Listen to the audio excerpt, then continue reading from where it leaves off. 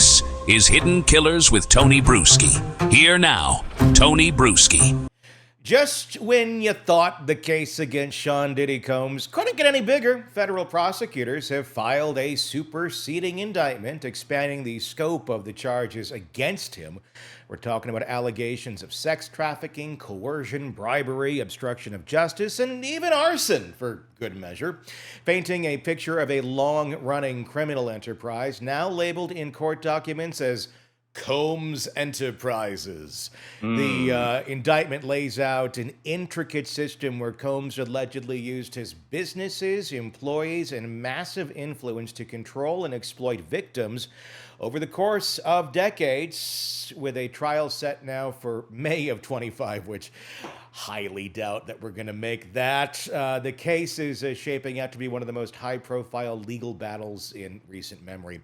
We're joined by Bob Motta, host of Defense Diaries, and also we're going to start breaking down right now the new indictments and what it means from a legal perspective. Bob, when we're looking at these superseding indictments here in this case, is it a sign that they're tightening their grip on Diddy? Or, sometimes you may look at this and go, are they just throwing everything at the wall and seeing what sticks? What's your thoughts?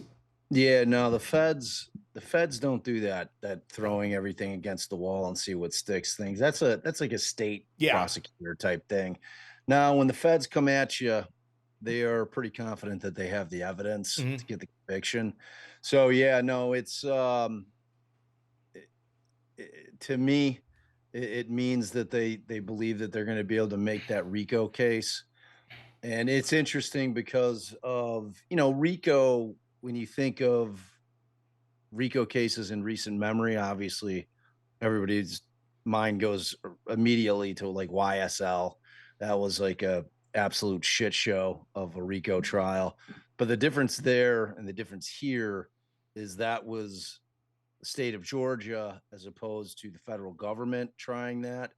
And here you've got the feds. So it's just night and day when you're dealing with the feds in the state in terms of their ability to be able to make good on what they're alleging in their superseding indictment. So I think it's probably got some legs. There's a lot in here, and we'll kind of go through it, but you had a chance to look at it. You actually sent it to me last night when it all came down. I had a chance to read through it all on the air. What stood out to you in this thing as, maybe some new elements to this that go beyond just the first indictment? Yeah, I mean, I think they added a couple things, which really kind of add to the story. And it's interesting because I finally got an opportunity to start watching some of that doc that you were talking about last time we talked about Diddy. Which is interesting. I think that the charges that they add most significantly are the RICO, and that changes kind of the scope of the case in terms of, because when you think of RICO, you usually think of, well, who are the co-conspirators, right? Are they named? Are they unnamed? And, like, is Diddy now going to be sitting in trial with like 20 different guys?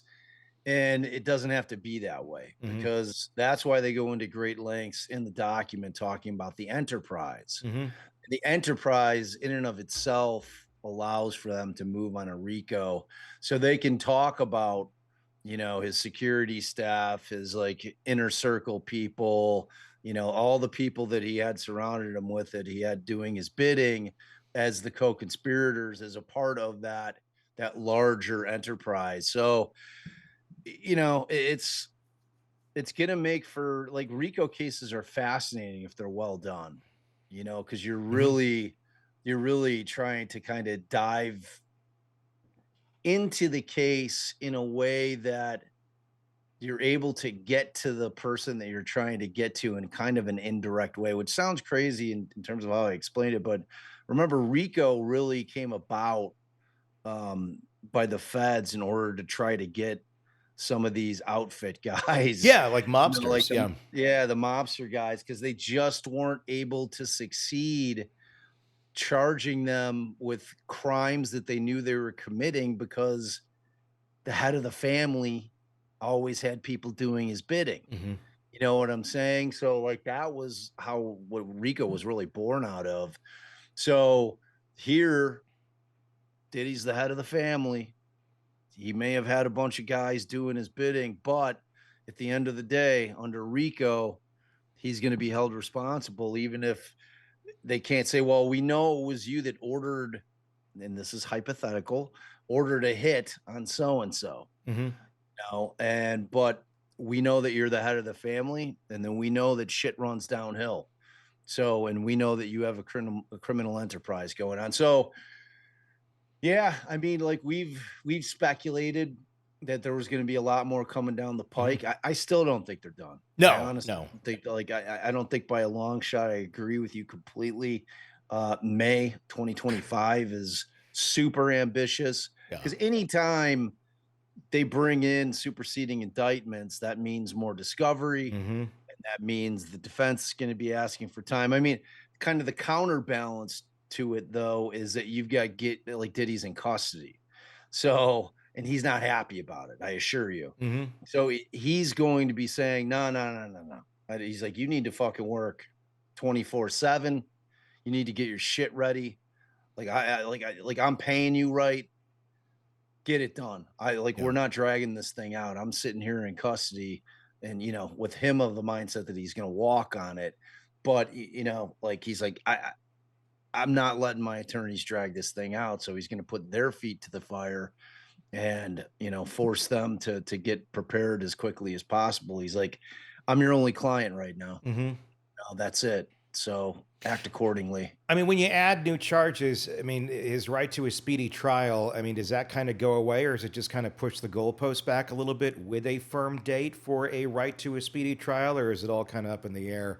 The more charges that could come down with more superseding indictments. Yeah, no, I mean, if they supersede, if a new indictment comes, it's new charges. Yeah, So it resets the clock. sure, sure. I mean, I'll be surprised if we see this happen by May of 2027. Quite honestly, I Me don't think too. it's happening anytime soon. In the case here, and comparing a RICO charge as we would. Like for a mobster or something, where there's all these other people that are insulating the head of the family. There is that element in certain pieces of this case, but a lot of it, I mean, you have him on camera. The way that they've worded the indictment, they got material, they got video. They wouldn't be listing out like actions that are in these videos, just going, I think there's a video that looks like this. No, they have the video, or they've seen it, or it is very solid that it is there.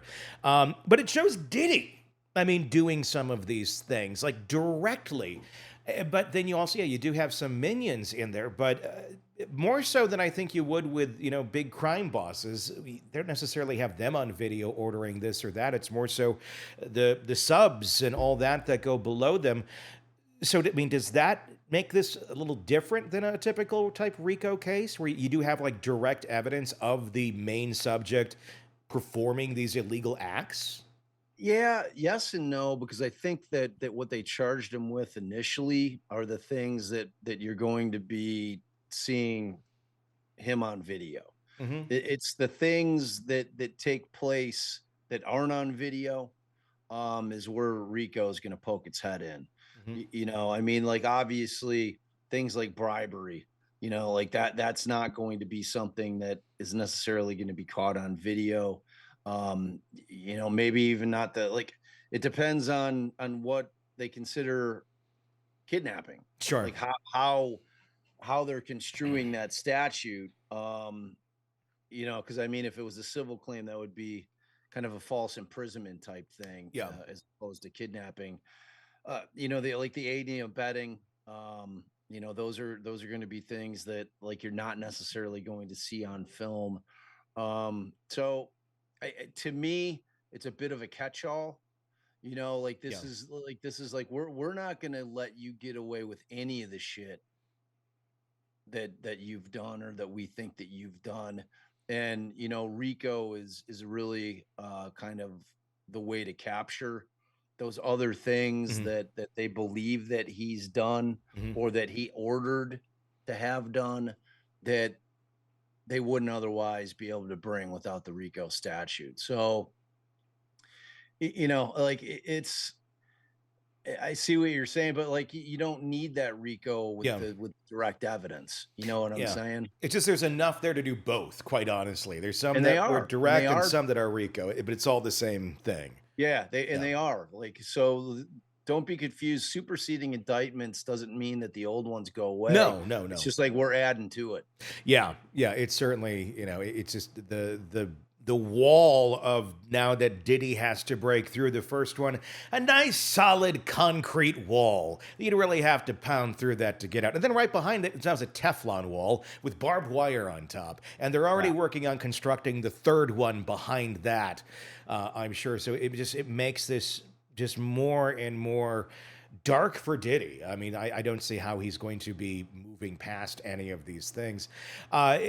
I found it interesting in the new superseding indictment, similar to what we found in the first one, is some of the allegations that have come out in the civil suits are now listed in the federal indictment against Diddy, specifically talking about hanging a person, I believe it's a woman, off of a balcony, a la the old story of Suge Knight and Vanilla Ice, but this was Diddy's version. It makes you wonder if, he heard the rumors and go, I'm going to do that too. If Suge could do it, I can do it. Right. But you're starting to see some of those things come into play too. The fact that the elements of some of the civil cases are now into the federal indictment, that I would think certainly says, well, those civil cases must be pretty damn strong too, if they're now getting into the federal territory as well.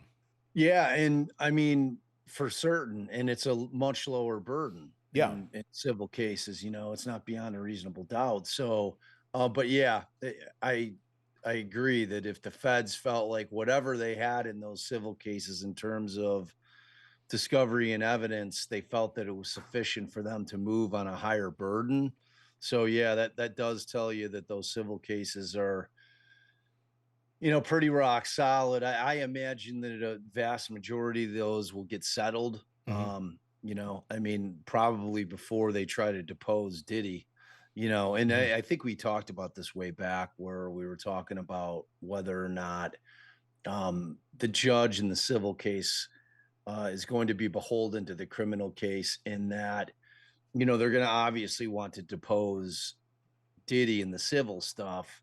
And I've had cases where there's kind of a companion civil case going at the same time as a criminal case, and typically I've been able to, ask the judge in the civil case. I'm like, look, there's Fifth Amendment implications here. We want to be able to provide the discovery pursuant to the notice of deposition. However, I can't put my client in a position where potentially they're saying things that are going to be able to be used because obviously depositions are sworn statements. Hmm. And I can't have him in a position where what he's saying in those deps is going to be used against him in his criminal matter. So, a lot of times the judges will table those. I mean, I've had situations where the judges are like, nah, it's like, what are you, where the judge will ask specifically, so like, what are you concerned about? Hmm. Like what are you worried about him saying that is going to have an impact over in this courthouse, in the criminal courthouse? And you're kind of having to get into it and you're making the argument, well, your honor, that's privilege. Hmm. So it's like it can get tricky. But yeah, no, to your main point, yeah, the fact that and we knew that they were going to do this. We said it. Like Hmm. it's like those are a guide map for the feds because you can dig up a lot more on the civil side of it. Yeah. You know what I'm saying? It's like, and there's a much bigger incentive for people when there's money involved for them in Hmm. terms of coming forward. Yeah. So, but with that, I think that you also have to worry about people that are just trying to cash a check. Sure. You always have to worry about that, especially when you're talking about Diddy money. Hmm. It's huge money, and you gotta vet the stuff. You got to see what kind of evidence they have to corroborate it. Hmm. And if they can't corroborate it, then it's worthless. So yeah. Want more on this case and others? Then press subscribe now and don't miss a moment of true crime coverage from Tony Brueski and the Hidden Killers podcast.